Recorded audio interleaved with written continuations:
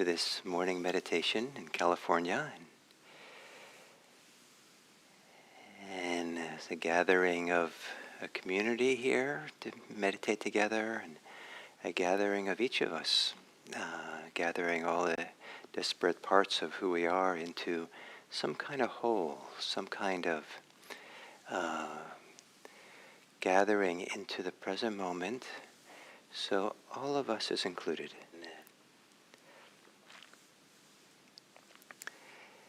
And the way that we include it all is different ways. But I'd like to suggest that the most valuable place to, at the kind of maybe at a center of our inner life that can grow in a certain kind of warmth or pleasure or kind of an inspired feeling of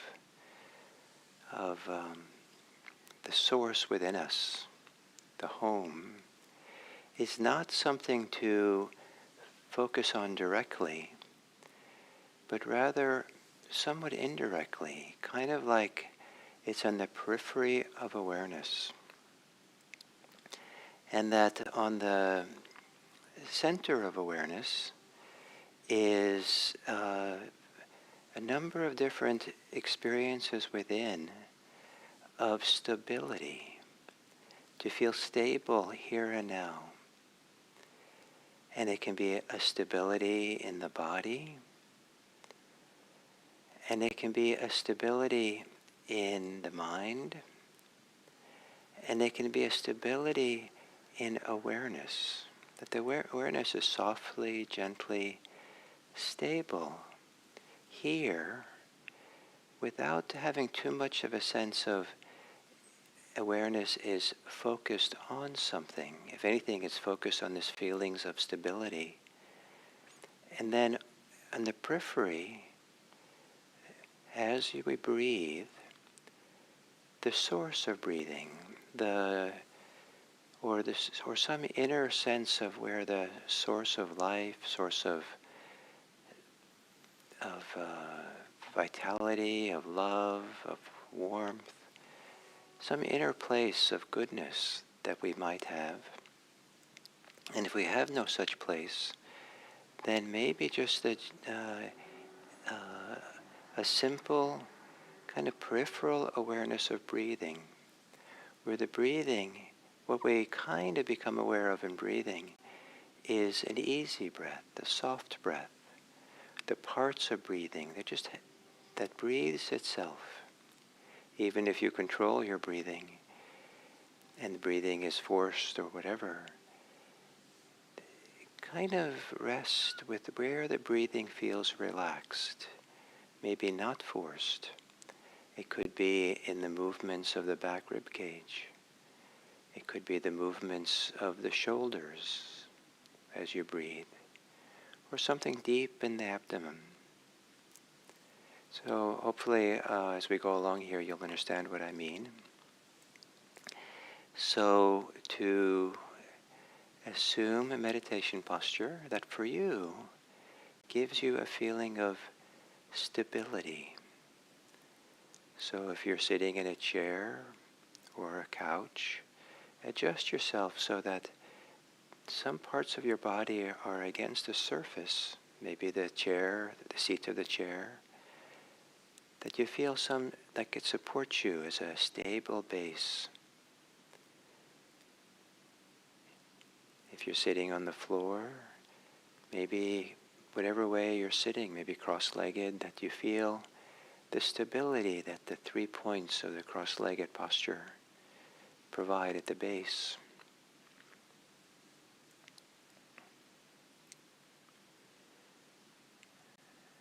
If you're sitting on a couch, resting against the backrest, maybe there's a way of sitting up a little straighter, still resting your back against the backrest, but sitting a little straighter so that the chest is a little bit more open rather than collapsing. If you're laying down, then to adjust your body in such a way that you feel the points of contact with bed, the floor, provides kind of a feeling of strength or stability or groundedness. If you have your knees up and your soles of your feet on the floor, the soles of the feet can provide stability, as the soles of the feet can for people sitting in a chair. So feel the physical stability that's available to you. It doesn't have to be dramatic. It could be subtle. Stability, steadiness.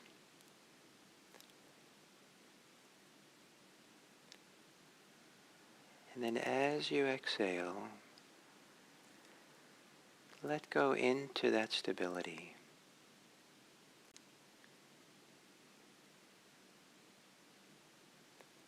Almost as if all the tensions of your body can soften and help with the settling into the stability. Spreading a sense of stability through the body.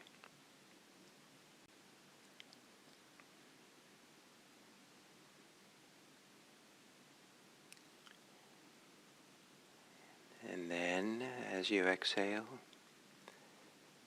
see if you can do the same for whatever tension, agitation, restlessness there might be in the thinking mind. Let the thinking mind relax, soften, so the mind also begins to rest and spread out into some kind of inner mental place of stability or steadiness.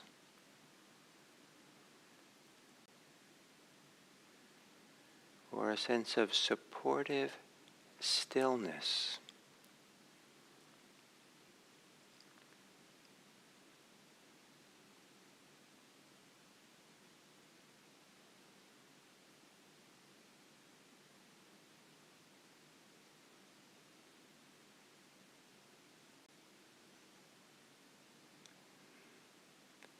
You don't have to let go of your thoughts as much as behind the thoughts or driving the thoughts, together with the thoughts, any tension, pressure, tightness, activation in your body associated with thinking.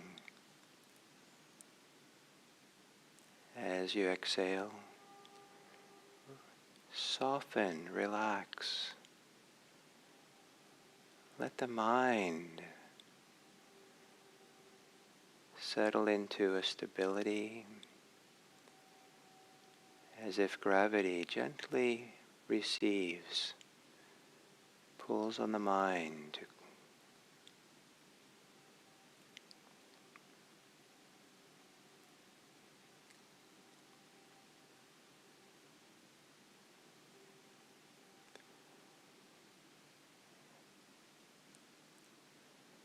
And then, without ambition or idea that you can actually do this, maybe it's a little bit an act of imagination for some of you.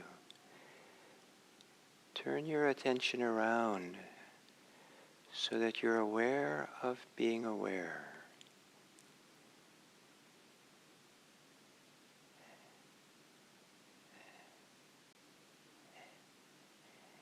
And the kind of weightless weight of awareness. Can the awareness be somewhat still, not jumping around, not chasing things?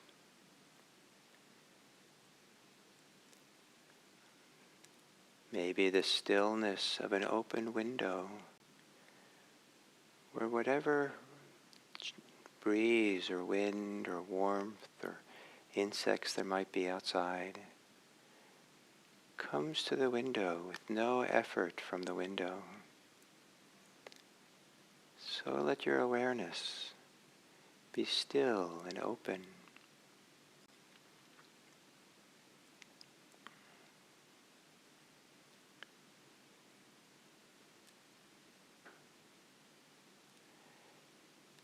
And with these three reference points of stability, stillness,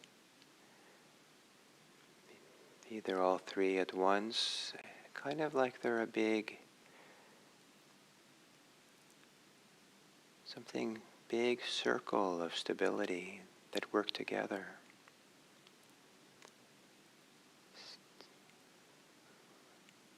With your peripheral awareness, become aware of breathing, but don't focus on the breath. It's almost like you're aware of a shy cat on the edge of your peripheral vision, and you know you can't approach it directly or stare at it. So you kind of ignore it and kind of aware of it. And so become aware of breathing.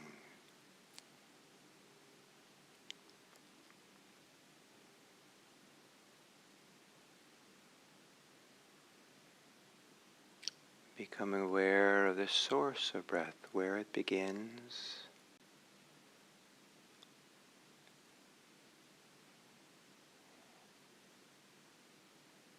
and the way that one way or the other,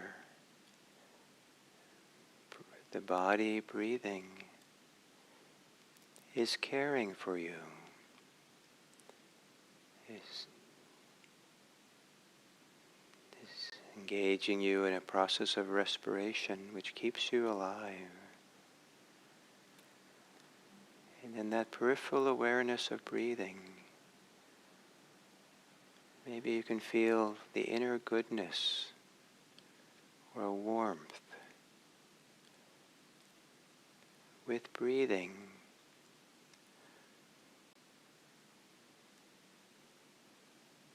staying at rest with the stability in the body, mind, and awareness.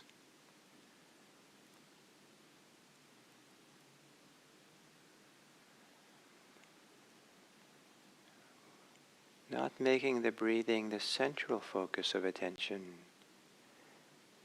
but more as something which you see on the edge of awareness.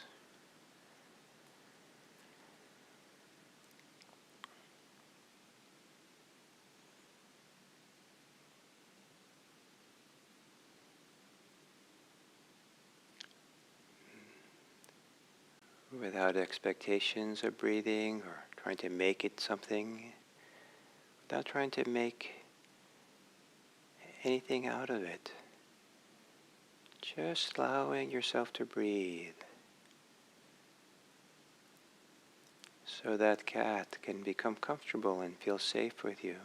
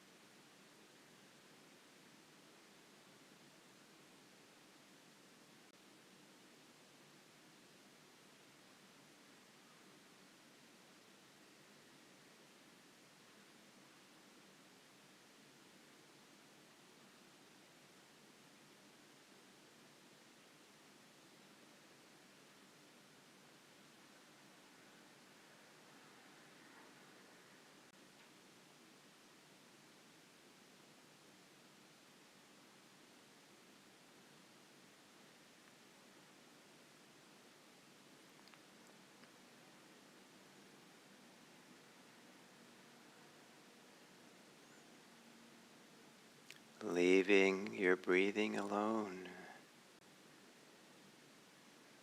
but peripherally aware of how breathing, the experience in your body of breathing, moves through your body, touching, moving, awakening different areas of your body with each in-breath and each out-breath, but not focusing directly.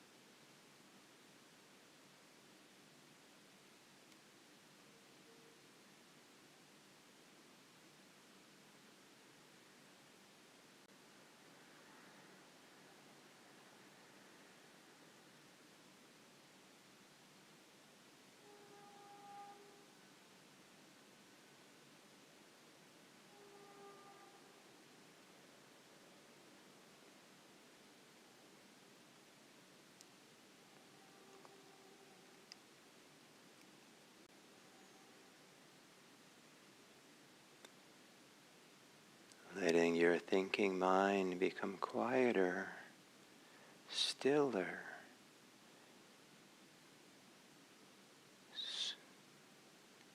so that the shy breathing,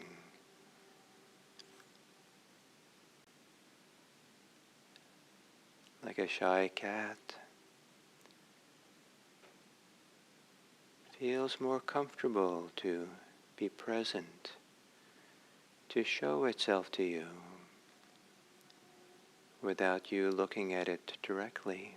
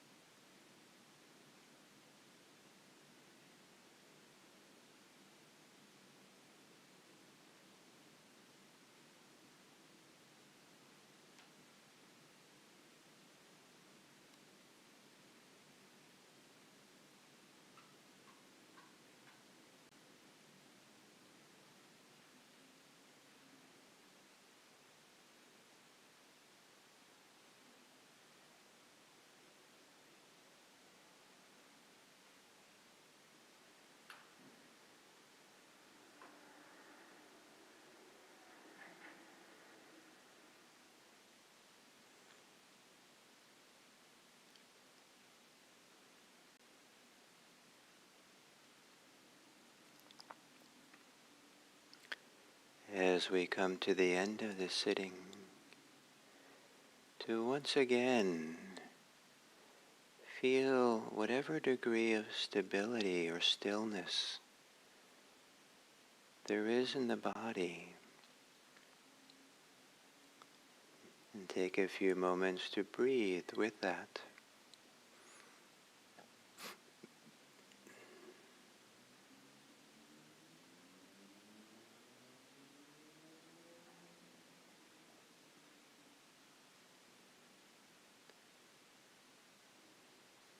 And to take a few moments to feel whatever stability or stillness is found in the mind, maybe in the thinking mind, underneath your thoughts.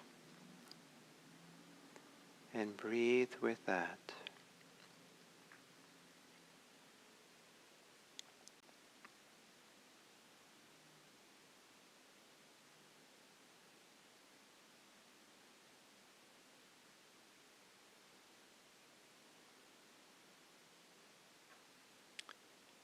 And if it makes sense to you,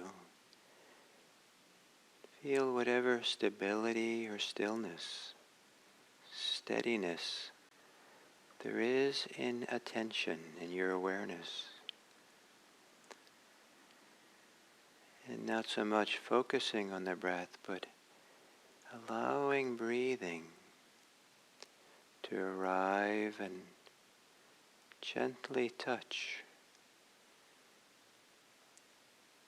awareness.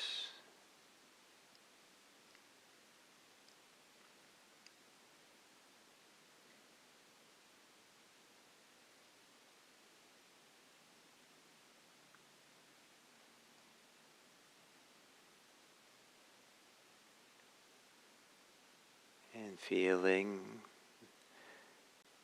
the wholeness of stability within.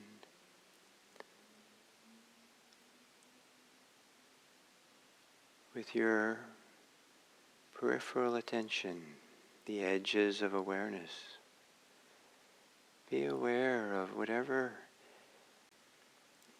inner well-being there might be, or feel the source, maybe a little dot or spot of tenderness or warmth or goodness that's within you.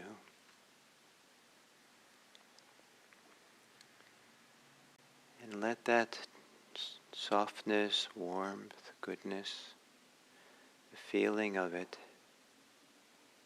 gently have room to grow in your body without focusing on it or trying. Almost allowing the peripheral awareness to make more room for a natural process.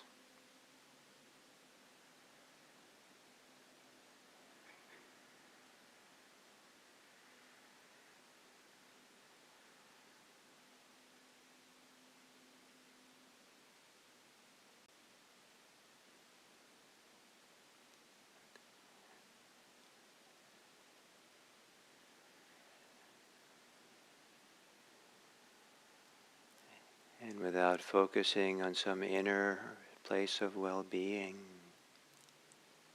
but allowing it to be there, trusting it. Turn your gaze out into the world with your imagination of the day, the people you'll meet and see, and the strangers you'll pass by. And gaze upon them with goodwill, with well-wishing, that each person that you encounter, you wish them a good day. You wish them happiness and love and friendship and peace. You wish that they're able to have a day that's satisfying and meaningful and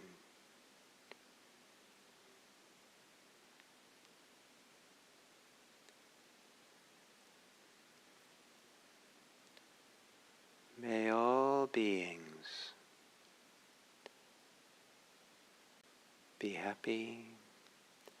May all beings be safe. May all beings be peaceful. And may all beings be free.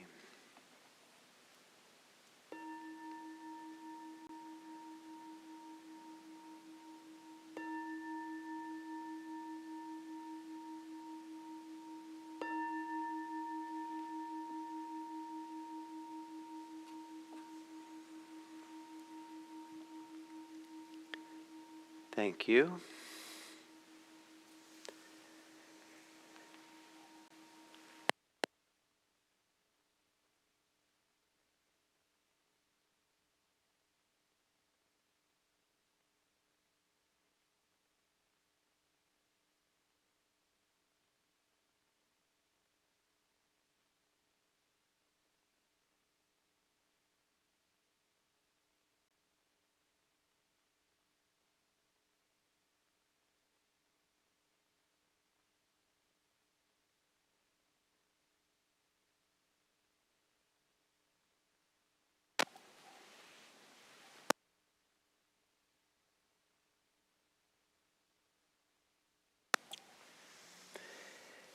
So, good morning everyone, or good day, and welcome to this third talk on the road less taken.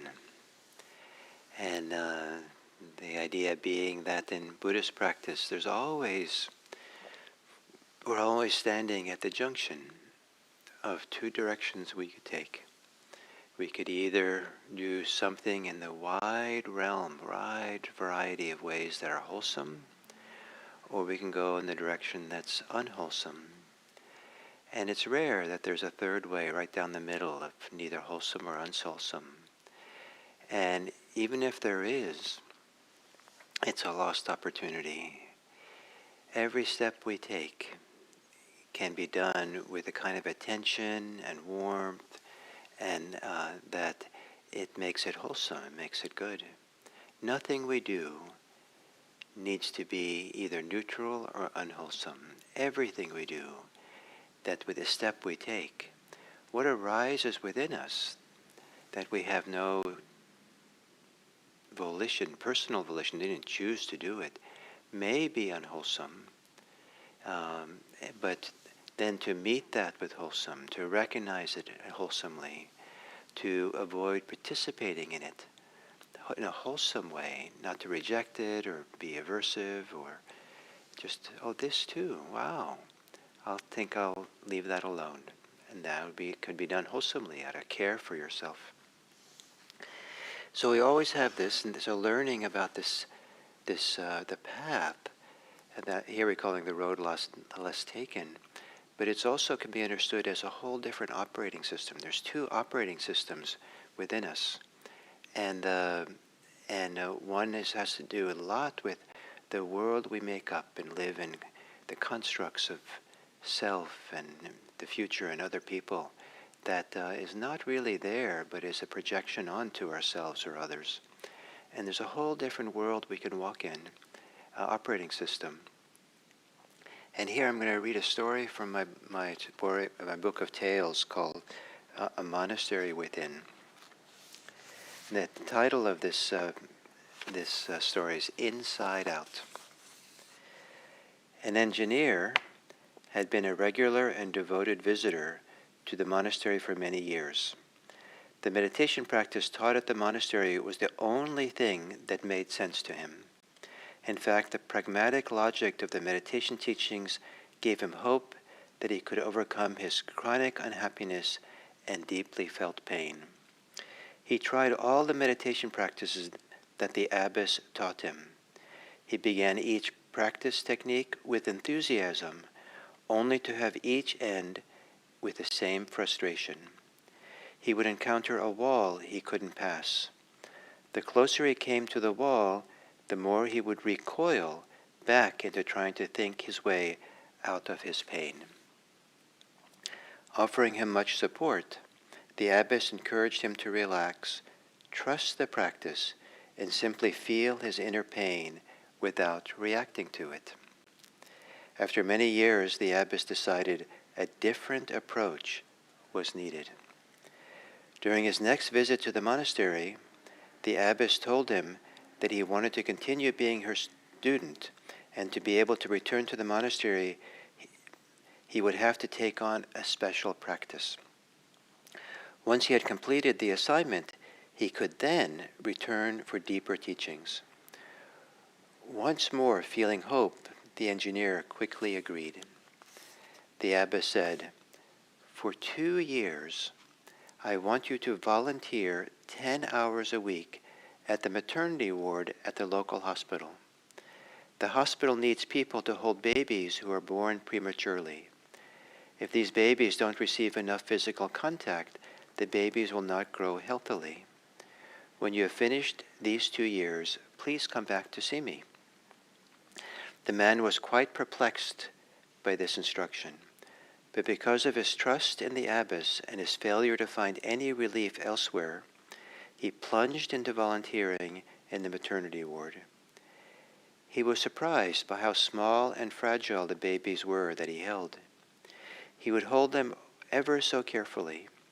He would watch their every breath because they all seemed in danger of stopping breathing. He spent a lot of time thinking about how he could more effectively care for the babies he held. But there was nothing more effective than simply holding them against his chest. After about 6 months, he started feeling something quite new. He started to feel a little spot of warmth and softness in the very center of his being. Since this was a foreign experience that didn't fit any of the ways he taught about himself, he ignored it. Ignoring it was the best thing he could have done, because it prevented him from interfering with the warmth by thinking about it too much. Over the following months, this tender spot grew until it pervaded his body. As it did, the cold, dark wall around his heart slowly relaxed, thawed, and dissolved. When he had completed his 2 years of volunteering in the maternity ward, the engineer returned to the monastery. The abbess saw immediately that he was a changed man. He was no longer desperate, and he was no longer trying to fit everything he experienced into a conceptual framework. Now he wanted to learn what else the abbess had to teach. Giving him a new instruction, the abbess said to him, "When you meditate, don't think about what is happening. Rather, let your awareness be seated in the tender warmth you feel in your body. If you do this, any meditation practice you do will be fruitful." And the man found this to be true. So, there's this other operating system within us. There's the operating system of conceptual frameworks, ideas, made-up stories we have about ourselves, judgments, the swirl of kind of the mental activity that is an operating system that often can be based on things which are not healthy for us, based on fear and anxiety. It can be based on conceit and delusion. It can be based on greed and it can be based on hatred and anger. And these things come from an operating system which tends to kind of reinforce itself the more we do it and create a lot of tension and fragmentation within us. There's another operating system that is the one that was operating for this engineer that he didn't know about, that he was offering his tender care for these little babies, and there's something about that contact that touched something deep inside of himself, some source of care, of love, of warmth, of simple tenderness, that because he kept returning there, started to grow and expand and open, and this other operating system that he didn't know about began to fill him. And And he became a better person because of it. He was able then to learn to meditate. He learned something about meditation that was not doing meditation like a technical problem to accomplish, to meditate by the numbers and to focus and put everything into place like an engineering construction. There's nothing wrong necessarily with doing meditation by the numbers, by having a technique that we do. But as he learned, now any meditation practice he did will be successful. Any meditation practice you do, if you have this other source, other operating system in which you do it from, which it'll be successful. And this second operating system is less to do about doing than it is about allowing. Less to do with accomplishment than it is to do about appreciation. Less to do with striving as it is to do about being soft and accepting. And it's not just doing this naively, and you can't do this necessarily with the second operating system. You can't think your way into tenderness. You can't think your way into it necessarily if that's where the solution is. You might have thoughts that touch into this deeper place. Even just imagining you're holding preemies might be enough for some people to kind of drop down and really be here in a tender way. But you can't construct all that. You have to allow something within. And each person will have a different source inside for this inner operating system. Some people might feel it intimately connected to breathing. Some people it might be in the heart. Some people will find it deeper than the heart. That there's a long history in Buddhism to find something really valuable, deep, profound, somewhere in the belly area, deep down the abdomen. In Japan they call it the hara. Maybe it's okay to call it, associated with where the womb is in the body. That the place of, there was something gestates, something grows, and that you can't make a human being, a mother cannot make the child grow in the womb, but creates the conditions for it and allows it and can feel tenderness and warmth towards it. But and then the thing grows by itself. The person grows. So it can be.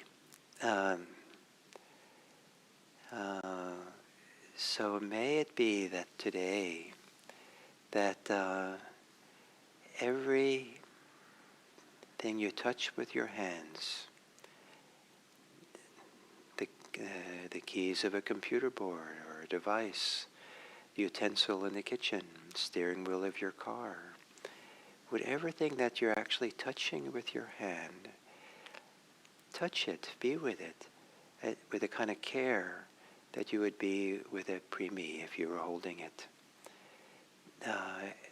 And see if that's kind of everyday, in your everyday activities, that the objects of touch, what comes into your hand, if you be with it caringly, not casually, not offhand, not kind of doing it, half consciously. You're thinking of doing it for another purpose and just doing it, opening a door to get someplace else. You can do it. You open doors so many times. Everything you touch today, let it be a place for your care, for your attention, for something deep inside to come forth as you live your life. Of course, the other things you're doing might be important, and so it's easy to overlook opening the door, but nothing can be more important than awakening this beautiful operating system we have and having that come forth into our life so that everything becomes sacred. So thank you very much.